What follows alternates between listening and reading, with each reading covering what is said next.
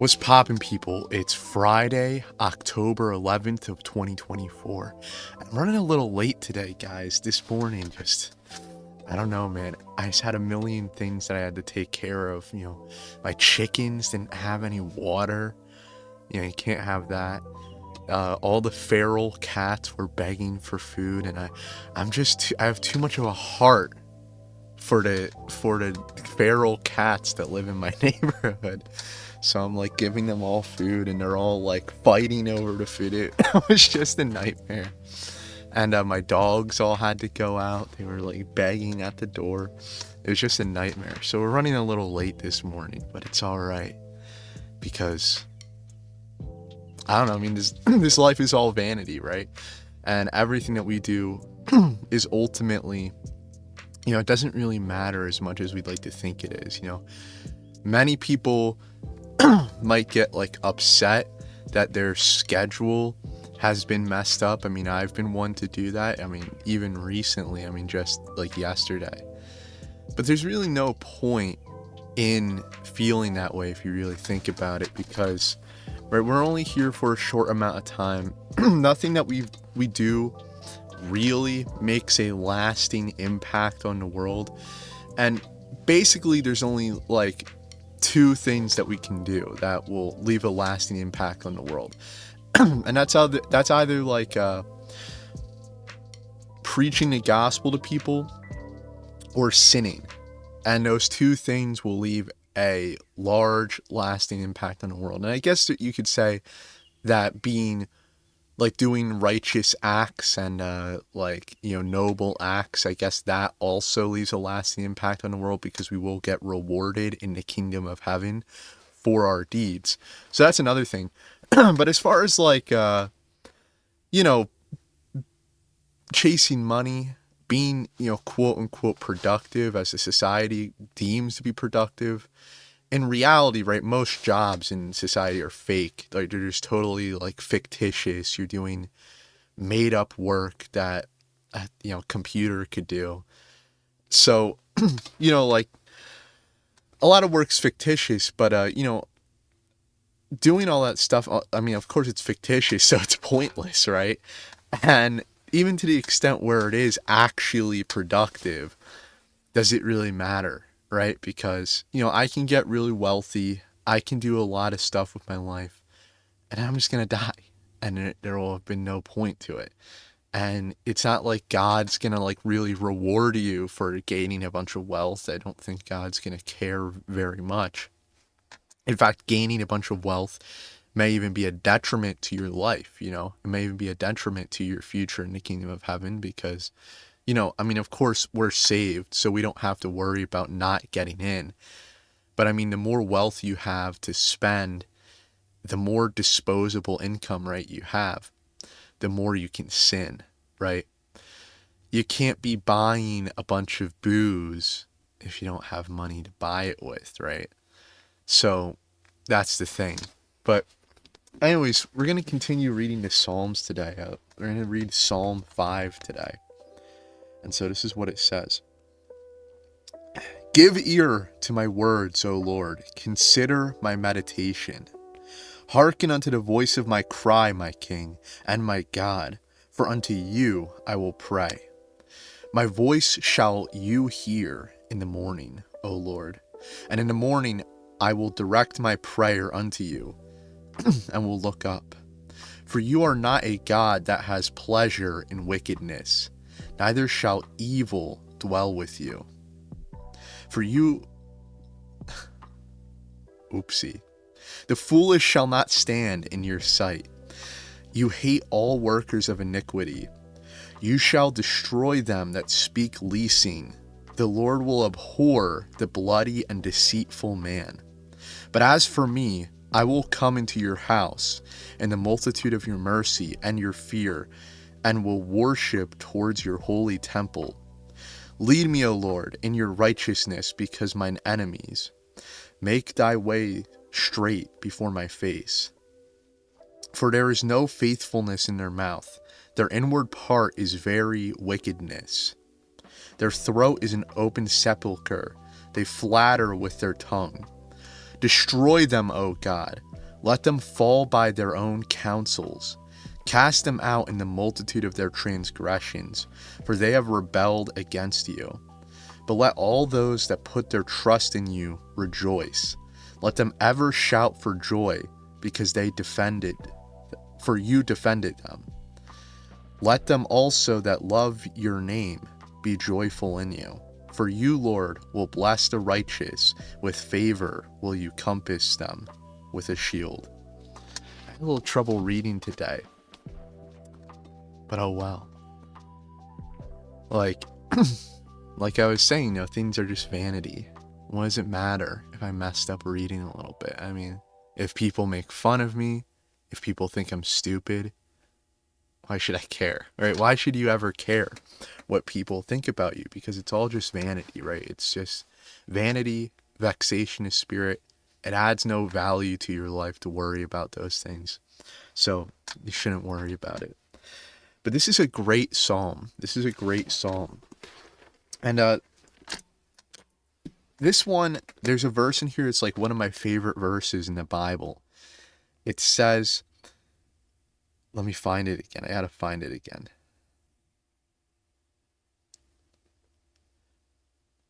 It says, lead me, O Lord. It's verse 8. Lead me, O Lord, in your righteousness because of my enemies. Make your way straight before my face.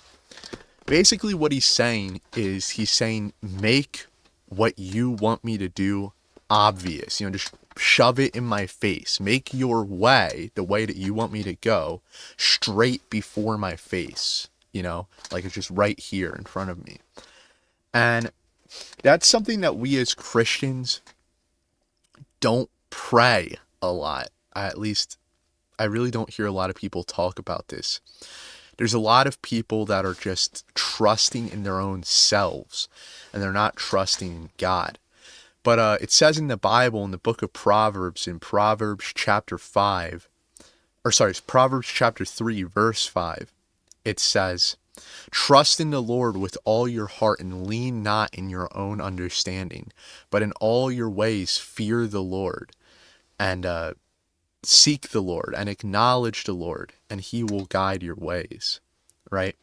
So that's what it says in Proverbs chapter 3, verses 5 and 6, right? And what that means, right, is rather than with your own understanding trying to discern what the right path is for your life, or what the right move is, what the right thing to do right now is, that rather than doing that, what is the right thing to say? Rather than doing that, we should just pray to God for God to give us the answer. And of course, if you think about it logically, that makes sense because God is all-knowing, right? He's omniscient, right? Omniscient means he sees everything. He knows everything. He's seen all things everywhere. So God is omniscient. He knows everything. He knows the outcome of every decision. And so why would I want to trust in my own mind and in my own heart to discern what the truth is when I can ask someone who knows for certain what the truthful answer to every question is, right? Why would I want to trust in myself when I can appeal to an infallible authority, So when it says right here in verse 8, make your way straight before my face. I mean, I don't pray that very often, but I've prayed that recently, and I should pray it more often. I think many people should be praying it often, that God would make his way straight before their face, because a lot of people following their own heart and their own discernment and their own intuition make bad decisions. They still make bad decisions. And of course, we make bad decisions because we are bigots, right? So instead of following solely logical principles, right?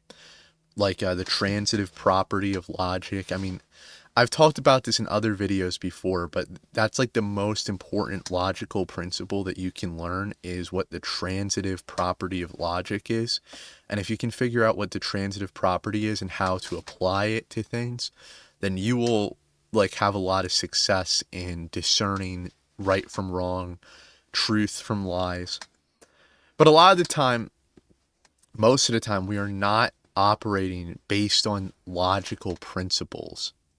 And so because we're not operating based on logical principles, we fall into error, right? And why are people not following logical principles? Because that's really what I want to say about this. The reason why we're not following logical principles is because we're bigots, right? And so we have certain past experiences, certain patterns which we have seen in our youth and our development as we've grown up to be a person. And these patterns, at least these negative patterns, these non-truthful patterns, come from us seeing people sin against us and sin against others around us. And because we're exposed to that during our formative years, that leads us to have bigotry, right? And what is bigotry, right? It's taking a small subgroup of experiences and saying that this applies to the entire group, right? For example, right, a black guy robs a bank, and therefore you come to the conclusion that all black people are criminals. Now, that's not actually true. Not all black people are criminals, right? Not all white people are racist. But being a bigot is where you see a black guy rob your store, and then you come to the conclusion that you cannot trust any black people, right? And then that would be being bigoted. And that's a very obvious example of bigotry, and I don't think there are really a lot of people that think that way, honestly.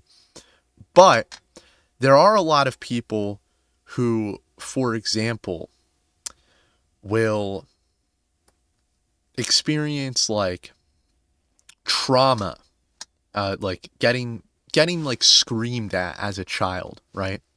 They get screamed at for something that wasn't actually immoral, right? It wasn't immoral. There was nothing wrong with what you were doing, but your parents just found something that you did annoying, or they were having a bad day and decide to take that out on you as a child. And you develop the bigotry that, based on this small sample of experiences, that at any time someone will just randomly explode on you. Like the world around you will just suddenly combust into flames, and there's nothing you can do to stop it. That's called an anxiety disorder. And many people deal with that. Of course, if people were like violent with you when you were a kid, then you come to the conclusion that violence is okay. And that's another bigotry, at like just using violence to get your way. That's fine. That's bigotry, because it's not fine to use violence to get your way. In some situations, it's acceptable, but not in all, right? So we have bigotries from past experiences that we apply to everyone that are not they're not true, right? And of course, we also have the flesh. We're being, dragged around by our fleshly lusts. And those bigotries are really driven by fleshly lusts, right? And so we make bad decisions that are not based on logic, that are not based on facts, but that are just based on emotions, that are just based on, false precepts, So we need God to guide our steps. We need him to make his way straight before our face, to make it obvious to us what he wants us to do. But this psalm right here is just such a blessing, right? So he's praying to God, right? And he's praying that God will hear his prayer, which is something that I think we should do sometimes, And he's praising the Lord. He's praying for his enemies to be destroyed. He's thanking God for everything that he's done, saying that his name is holy. And what we see here in Psalm 5, another thing that I see here, is that it's almost like a reworded Our Father prayer. Jesus in Matthew chapter 6, he says, when you pray, pray like this, saying, Our Father who art in heaven, hallowed be thy name. Thy kingdom come, thy will be done on earth as it is in heaven. Give us this day our daily bread, and forgive us our debts as we forgive our debtors. And lead us not into temptation, but deliver us from evil. For yours is the kingdom and the power and the glory forever and ever. Amen. And Psalm 5, right, is essentially a rendition of that. Because when Jesus said that, I mean, most people understand that he's not literally telling us to just repeat that prayer over and over again, right? He's not asking us to do that. He's asking us to pray in that pattern. So you begin and you address God, our Father, who art in heaven, and then you say, holy is your name, right? Hallowed is your name. Hallowed is just a past tense version of holy.